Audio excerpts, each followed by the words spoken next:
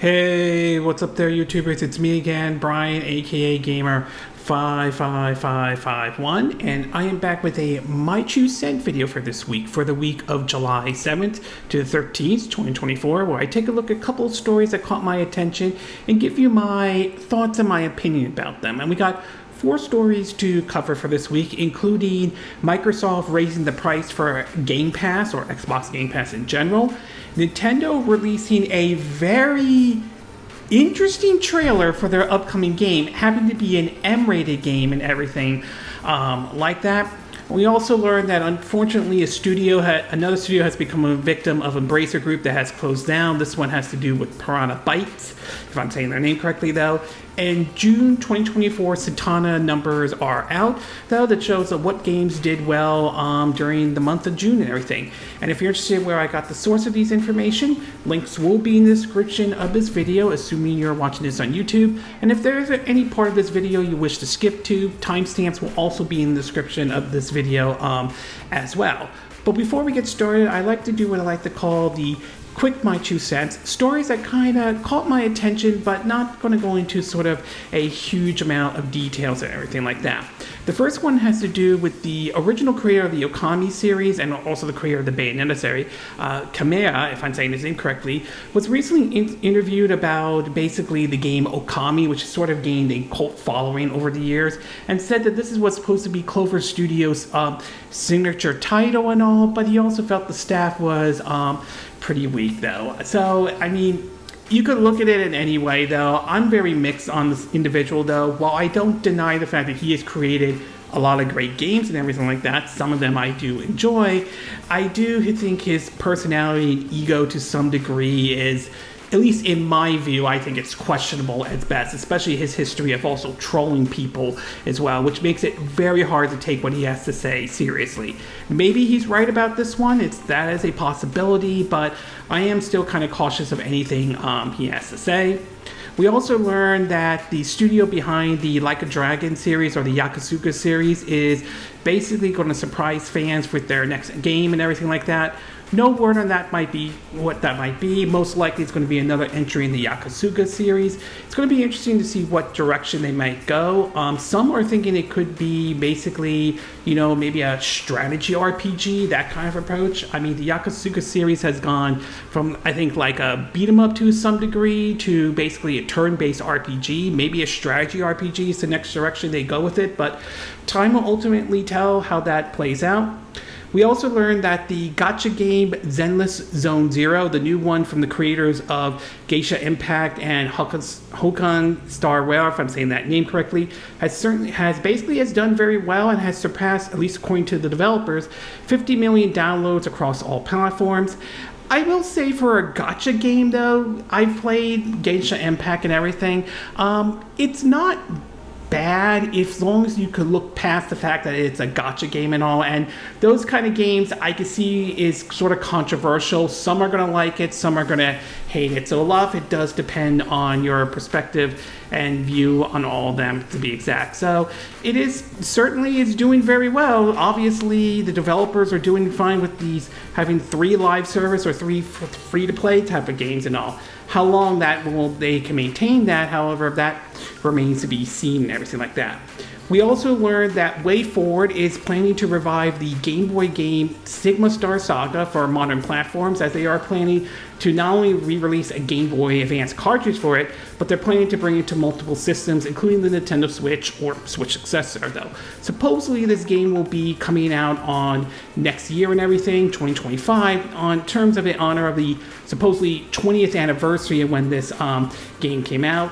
It was kind of sort of a mixture between sort of like a top-down RPG to some extent to like a 2D shooter, and also it was a very interesting type of game. It will be very interesting to see how people react to this one though. We know that limited run games more than likely is probably going to handle the physical version. I know some people are mixed about limited run games. Some stuff they do is great, other times it's questionable to say the least.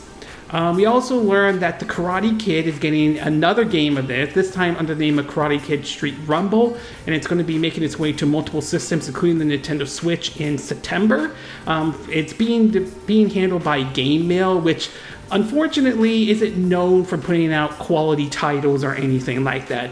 But based off the trailer that they show, it seems that developers are taking a page out of Teenage Mutant Ninja Turtles Shredder's Revenge, and of course, Scott Pilgrim vs. the World. We also had one based off the Toxic Crusaders and G.I. Joe and all. So obviously they're jumping in on board the bandwagon on this one. Whether this becomes a success or not, that remains to be seen. Time will ultimately tell how well this game will do. And last but not least, though, Nintendo has expanded again with their Switch Online library with 3 Game Boy Advance games. This one is based off of one that I believe was only in Japan. It had to do with a certain star and all. I apologize, I'm not getting the name right or anything like that. And apparently it's being brought over to the Nintendo Switch Online, which is great. The only downside to it is that the titles or the text is in Japanese. I mean, being this is a 2D platformer or everything like that, I don't think it's a huge deal. But if this was like an RPG or a text-heavy game, or if this will ever happen, Mother 3 coming over here, which Nintendo, I believe you should bring that game over to be exact, it could be an issue because of those games are like text heavy and everything like that. So, I mean, still, I welcome this coming to the Switch Online titles, nevertheless. And in the movie and TV show part of the Quick My 2 Cent, we have basically 2 trailers that were shown this week. The first one had to do with Agana Along. They did release a teaser trailer for Disney Plus. Supposedly this will take place after the events of WandaVision and all.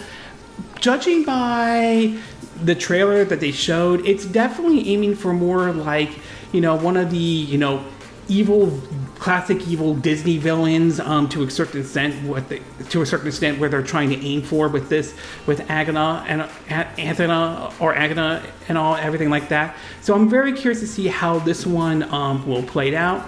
And we also saw a trailer that was released though recently, which is Captain America Brave New World. A teaser trailer was out and it showed Harrison Ford playing, running, for president and everything like that.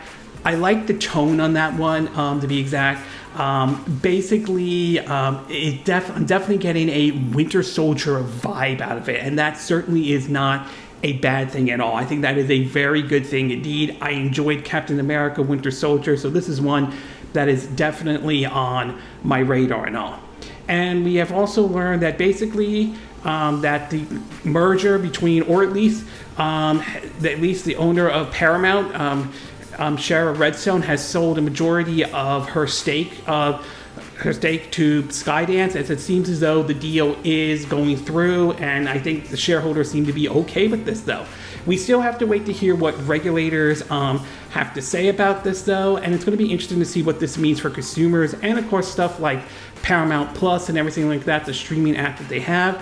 But after ups and downs and everything like that, it looks like this deal is officially going to go through. I'm pretty sure with regulators, it probably won't be on the same scale as what we saw with Microsoft buying Activision Blizzard, although some may debate how the FTC handled that situation and everything. But it does seem to be like, seems we're going forward with Skydance is now going to own a majority stake in basically Paramount Pictures and Paramount's IPs and properties and all.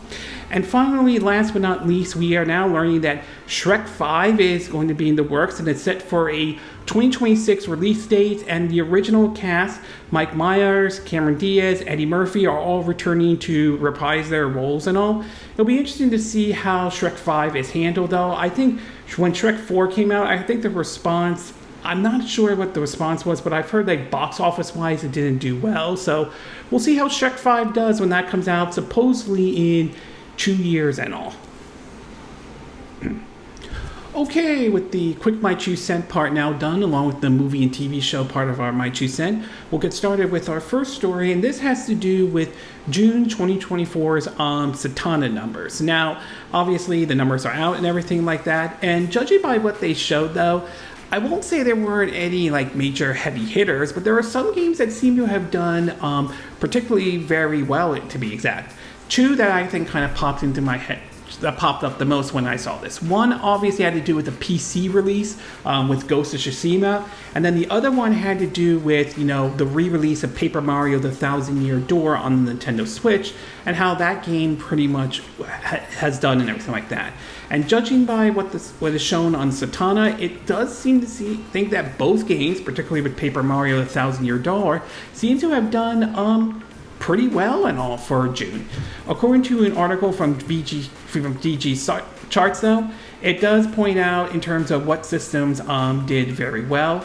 And according to what they are saying, though, they're saying that, quote, and this is all from Matt Pitkasella, the PS5 was the best-selling console in the US in May 2024 in terms of units and sold and dollar sales, according to figures from Circana.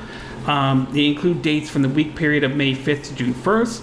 The Nintendo Switch was the second best-selling console in terms of units sold. However, it ranked third in terms of dollar sales. This does mean that the Xbox Series X and S came in third in terms of units sold, but came in second in terms of dollar sales. Xbox Series X and S unit sales were up slightly compared to April 2024, while PS5 and Nintendo both dropped.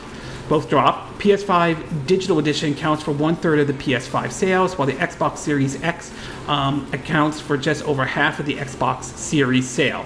The PS5, through its first 43 months, is tracking 8% ahead of the PS4, while the Xbox Series X and S is behind the Xbox One by 13% and slightly behind the Xbox 360. So for the Xbox Series X and S to be behind the Xbox One, yeah, that's not good considering how Microsoft really botched the Xbox One launch and everything like that. So not really that great and everything like that.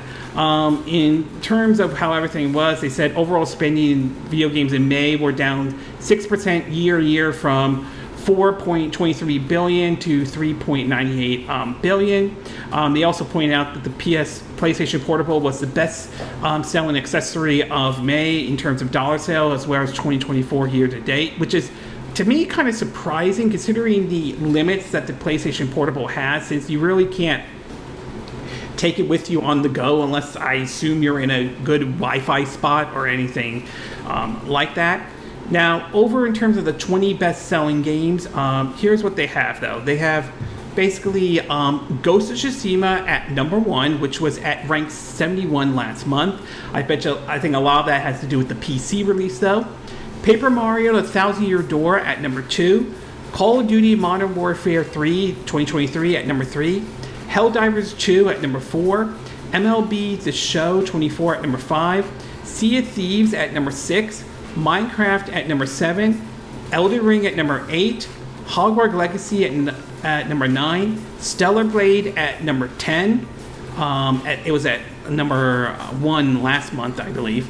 Fallout 4 at number 11, EA FC 24 at number 12, Marvel Spider-Man 2 at number 13, Homeworld 3 at number 14, Mario Kart 8 at number 15, Madden NFL 24 at number 16, Rise of the Ronin at number 17, F1 24 at number 18, Mortal Kombat 1 at number 19, and Dragon Dogma 2 at number 2, at number 20 and all. So to see Ghost of Tsushima and basically Paper Mario: The Thousand Year Doors, ports of games that were released before, make it at the top 2 spot, that's pretty amazing for those two games in general, especially with Ghost of Tsushima, basically last month ranked at number 71, going to number 1.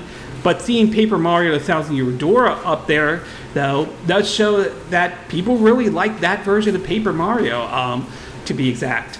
Now, over in terms of the top 20 best-selling games in 2024 for year to date, we have basically Helldivers 2 at number 1, Call of Duty Modern Warfare 3 2023 at number 2, Dragon Dogma 2 at number 3, MLB The Show 24 at number 4, Final Fantasy VII Rebirth at number 5, Tekken 8 at number 6, Madden NFL 24 at number 7, Suicide Squad Kill the Justice League at number 8. Hogwarts Legacy at number 9. Persona 3 Reloaded at number 10. NBA 2K24 at number 11. EA Sports FC 24 at number 12. Sea of Thieves at number 13. Marvel Spider-Man 2 at number 14. Minecraft at number 15. Stellar Blade at number 16. Rise of the Ronin at number 17. Elden Ring at number 18.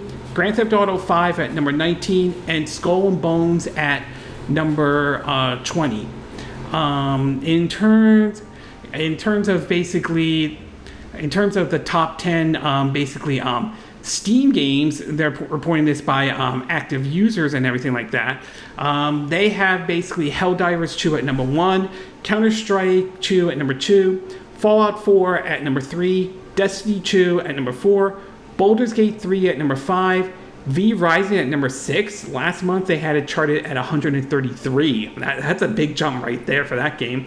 Rocket League at number 7, Hades 2 at number 8, Elden Ring at number 9, and Gray Zone Warfare at number 10. Now, in terms of the top 10 best-selling PlayStation games, premium games for May, they have basically, for this number, no, they have basically Call of Duty Modern Warfare 3 2023 at number 1, MLB The Show 24 at number 2, Sea of Thieves at number 3, Stellar Blade at number 4, Helldivers 2 at number 5, Marvel Spider-Man 2 at number 6, Minecraft at number 7, Rise of the Ronin at number 8, Elden Ring at number 9, and Madden NFL 24 at number 10. On the Xbox side, they have Call of Duty Modern Warfare 3 at number 1, Minecraft at number 2, Elden Ring at number 3, EA Sports FC 24 at number 4, Hogwarts Legacy at number 5, F1 24 at number 6, Forza Horizon 5 at number 7, Fallout 4 at number 8, Call of Duty Black Ops 3 at number 9, and Mortal Kombat 1 at number 10.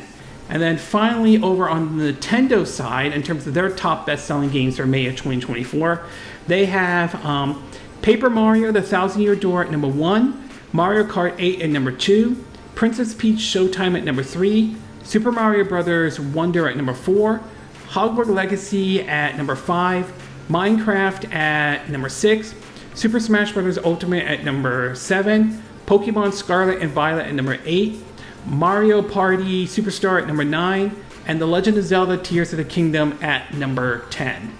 So I think the takeaway behind this, though, you could point to, and I think there are 3 takeaways you can make from this, though. The 3 are, 1, the fact that the Xbox Series X and S is trailing behind the Xbox One by 13% and slightly behind the Xbox 360. I mean, to be behind the Xbox One when how bad that system went and everything like that, that's pretty sad and everything like that to a certain degree. It just feels like when it comes to the messaging, Microsoft seems to have a hard time trying to get a clear-cut message out, to be exact. So I think that's been sort of an issue for them. But I think the biggest winners, I think, are Ghost of Tsushima and Paper Mario: The Thousand Year Doors. You see both of those games really do well in the top charts for June 2024. It's a ton of numbers are very impressive and everything like that. And it'll be interesting to see Sony's strategy going forward in terms of PC releases and everything. But the fact that the Paper Mario: The Thousand Year Door, a remake or a remaster of the original, I think 2004, I think that's when it came out, or was it 2002? I'm not 100% sure, but the original GameCube release do that very well on the Nintendo Switch is certainly good news for Paper Mario fans. And who knows, maybe this will open the door to not only another new entry in the Paper Mario series, but maybe Nintendo might scale back trying to be experimental, because after Paper Mario: The Thousand Year Door, they tried to experiment with a couple things here and there, and I'm not sure every single one of them was a success or anything like that. So hopefully the success of Paper Mario: The Thousand Year Door will convince them to maybe not go overboard with experimenting with like the next Paper Mario RPG. To be exact, though, we know that the next Mario RPG is going to be Mario and Luigi Brothership. That will be out later, I believe, in the fall and everything like that. So we'll see how well that one does. But overall, I would say, obviously, the big winners from this latest ton of report is the PS5 is continuing to do very well. Ghost of Tsushima, especially being on the PC and everything like that, is certainly did very well, taking the #1 spot. And seeing Paper Mario, the Thousand Year Door, get the #2 spot, though, to be exact, hopefully it does well enough to convince Nintendo to, as I mentioned, maybe scale back trying to experiment or something with maybe if they do a new entry in the Paper Mario series and all. Okay, we're going to take a quick break. When we get back, we'll get to part 2. And this one has to do with Embracer Group. And unfortunately, another studio has bite the dust under Embracer Group and all. So we'll take a quick break, and we will be right back.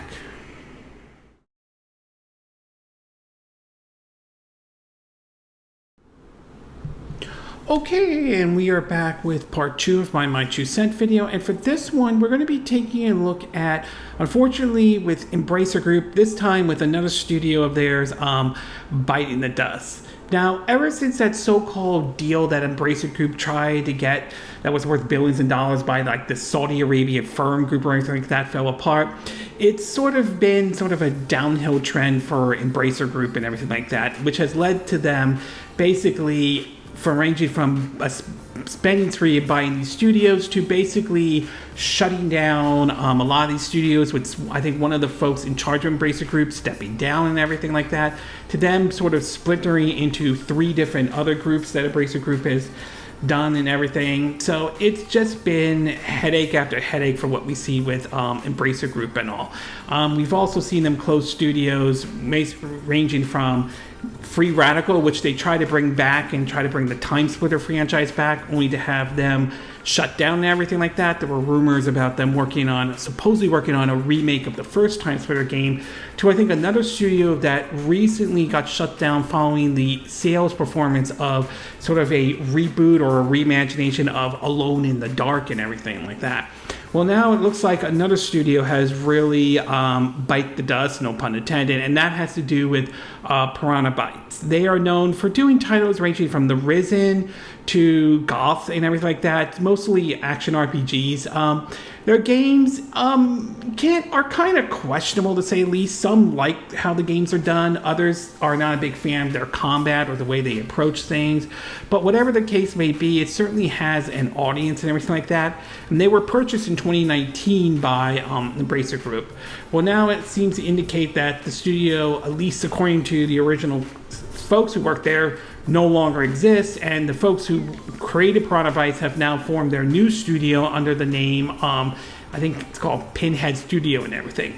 In an article from Video Game Chronicles, it reads that, quote, a former employee told CD Action that the German studio ceased operation at the end of June after financings from the parent company Embracer Group ended, and it failed to find a new owner or publishing publisher.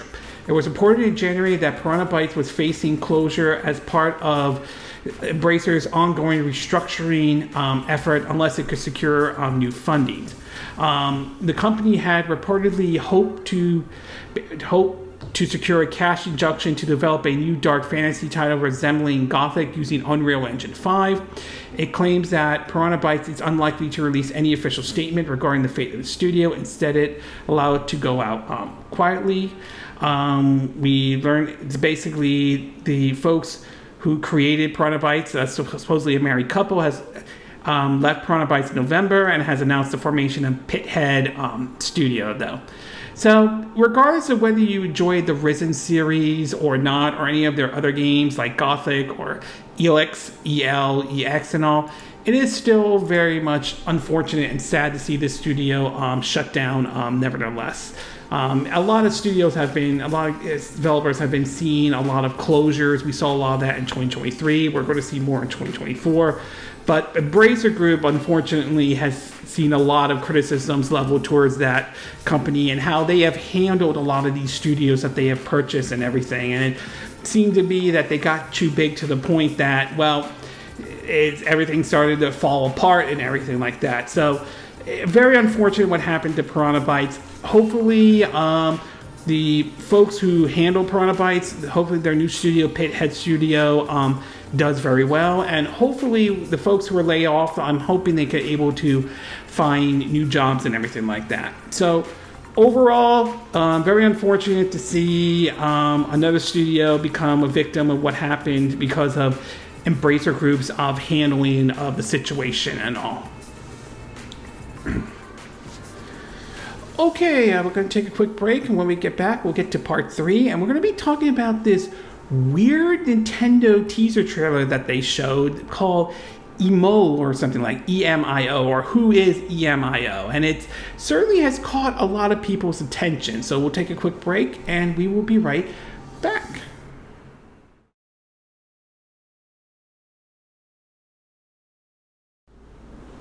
Okay, and we are back with part 3 of my 2 cent video, and for this one, we're going to be talking about this very weird trailer Nintendo put out for a game, for something called Emio, EMIO, or Who is EMIO? Now, what's caught people's attention about this is the fact that this is an M-rated title from Nintendo and all. Now, what most people may or may not be familiar with is that Nintendo has dabbed in M-rated games before in the past, just not to the scale. I remember back during the GameCube era, we had, I think, 2 games that were published by Nintendo that were M-rated. One was Eternal Darkness Sanity Rec Room. I don't know if Nintendo owns the rights to that, but if they do, I would love to see a remake or a remaster of that game. And another one called Geist, Geist. Again, that game was sort of rough around the edges, though, but I like the concept and the idea, and I would love to see that game get a revival one day. To even during the Wii U era, where we basically had Nintendo 100% funded, Bayonetta 2, to even Devil's Third and all, which, again, rough around the edges, but I like the idea and the concept of that game. I'm not sure we'll ever see a remake or a remaster of that, though. And even on the Nintendo Switch, outside of Bayonetta 2, they were able to bring over Bayonetta 3, or do Bayonetta 3 and all. But when it comes to M-rated games in general, Nintendo isn't exactly as known about those games. Instead of, most of their games being known for all ages, to be exact. Even though it might be target family and kids, they've been known to do all ages. So to see this title when it was announced, or when this was dropped on a Wednesday and all, kind of surprised a lot of people, and they were kind of wondering, wait, Nintendo's working on this, or at least publishing this? There were some claims that Blooper team might be working on it, the same one that did the Medium 2. I believe they're working on the remake of Metal Gear Solid, or at least I think a Silent Hill. I think it's the Silent Hill 2 remake and everything like that. But supposedly the claim is that they are not the ones working on it. There are some claims that Nintendo themselves are working on it, which, if that is true, and assuming that is true, that is very, very interesting. And to see Nintendo maybe developing an M-rated game, I would say it's definitely left field. But at the same time, I kind of am intrigued and somewhat interested in this title, to be exact, though. It basically shows a guy in a trench coat and with a smiley, happy, bag over his head with, a creepy music and everything like that. So, this title could mean many things, though. Some might think it could be another entry in the Fatal Frame series. That's a possibility. Or it could be, maybe, a new IP, which I would be down with this. I actually would be down with a new IP, an M-rated game from Nintendo and all. And if they are working on it, this could reinforce a statement that I think Shigeru Miyamoto recently mentioned about how training the next generation of developers at Nintendo. And we might see, this may be a new developer working on actually going ahead and doing an M-rated game and everything like that. I will say the teaser trailer that they showed, I definitely got a bit of a Fatal Frame, Silent Hill, and Evil Within vibe coming from this trailer. So it's certainly very interesting indeed, and I definitely would be open to seeing more M-rated games from Nintendo, whether they develop it or publish it like we saw with Bayonetta 2 and 3 and all. I mean, this doesn't mean that Mario is going away or anything like that. No, that's not going to happen at all. But to see them sort of expand a little bit, though, it's certainly not a bad thing at all. I mean, one example I could give, and some may agree or disagree with this, is that when you look at the Marvel Studios, though, up to this point, I mean, most of their content, not all of it, but most of it has been, for older audiences, like TV PG or PG-13. But when we started to see stuff like Echo and everything like that go for more of the M-rated, especially on Disney Plus, I actually welcome that. I think it was certainly nice to see something like that, and I definitely welcome something like this coming from Nintendo and everything like that, though. If as long as they, get the message down correctly that this is an M-rated game. And I'm also very curious what kind of gameplay we could see out of this. Could we see something along the lines of it being like a first-person perspective? Is it going to be something in third person? Is it a horror puzzle game or something like that? Is it a novel-like game? So there's a lot of stuff we just don't know about. As for which system it could be coming to, I mean, some might think it's still coming to the Nintendo Switch, and that is a possibility. I mean, Nintendo has a history of keeping a lot of things to their chest. However, I wouldn't rule out the possibility that this could either be a cross-gen title for the Switch and the Switch successor or the Switch 2, or B, this could be a Switch 2 or Switch successor title. So there are many ways you could look at what they showed with this trailer and all. But overall, I would say this is definitely a left field title for Nintendo to either publish or make. But at the same time, I will say it is very interesting, and I'm very curious to see more of this title. Indeed, and I am definitely open to the idea of Nintendo either developing more M-rated games, or at the very least publish more M-rated games, like what we saw with Bayonetta 2 and 3 and all. Okay, we're going to take a quick break, and when we get back, we'll get to part 4, and this has to do with Game Pass raising the price and everything like that. So we'll take a quick break, and we will be right back.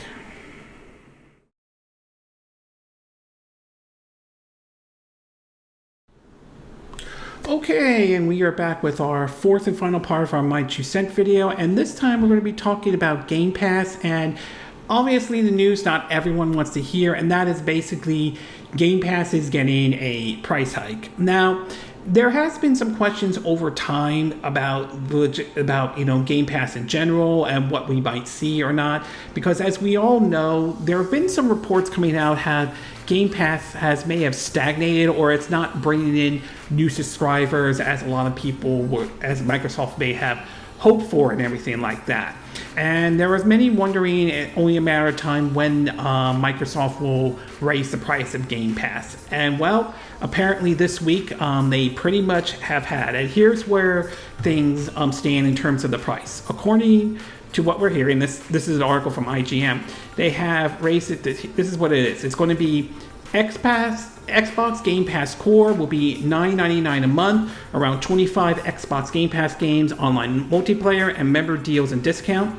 Xbox Game Pass Console will be $10.99 a month for existing subscribers only. Limited library of Xbox games along with members deals and discount. No longer available to purchase as a new subscriber, but day one games are still included as they were before. PC Game Pass will be $11.99, $12 a month. PC Game Pass and EA Play. Microsoft has confirmed to IGN that day one titles will be included in the subscription. Xbox Game Pass Standards will be this will be $14.99 a month, $15. Access to a limited library of Xbox Game Pass games, which doesn't include day one titles, plus online multiplayers and members and deals and discount. This tier is coming soon and not necessary alongside the September 12, 2024 price hike.